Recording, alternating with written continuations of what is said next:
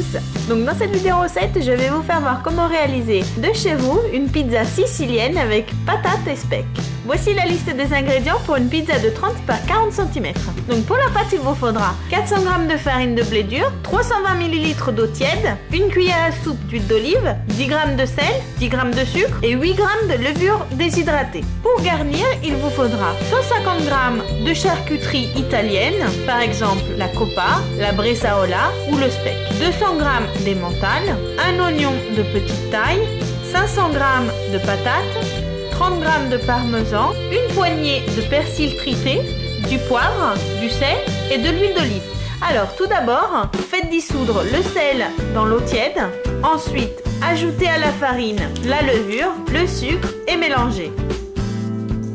Puis, ajoutez la moitié de l'eau et commencez à pétrir le tout. Dès que l'eau se sera complètement absorbée, ajoutez le restant d'eau et continuez à pétrir jusqu'à obtenir une pâte le plus homogène possible. Puis, faites bien incorporer l'huile d'olive. Et voilà, la pâte est prête.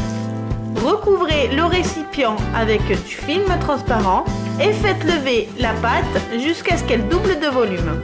Pendant ce temps, effilez les patates en rondelles très fines d'une épaisseur d'environ 1 mm. Ajoutez aux patates l'oignon effilé très finement. Assaisonnez le tout avec du sel, du poivre, de l'huile d'olive et du persil. Puis mélangez bien le tout. Ensuite, coupez l'emmental en tout petits morceaux.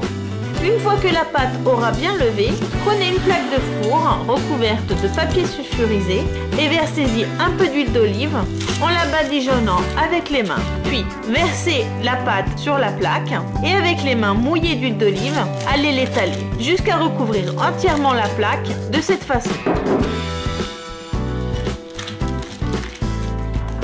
Maintenant, allez distribuer l'emmental sur toute la pizza, puis ajoutez la charcuterie que vous aurez choisie. Nous, on a choisi de la coppa et distribuez sur le dessus les rondelles de patates en les superposant de façon à recouvrir toute la pizza. Ensuite, ajoutez sur le dessus les rondelles d'oignon de cette façon et pour finir, parsemez le tout avec le parmesan. Enfournez à 210 degrés pendant 30 à 40 minutes jusqu'à ce que la pizza devienne bien dorée. Voilà, moi en tout cas j'espère que le résultat vous a plu. Si ça vous a plu, cliquez sur j'aime. N'hésitez surtout pas à nous laisser vos commentaires. Je vous rappelle que vous trouverez beaucoup d'autres recettes sucrées et salées sur notre site justecuisine.com en cliquant sur le link ci-dessus. Voilà, à bientôt pour de prochaines vidéos recettes. Ciao ciao.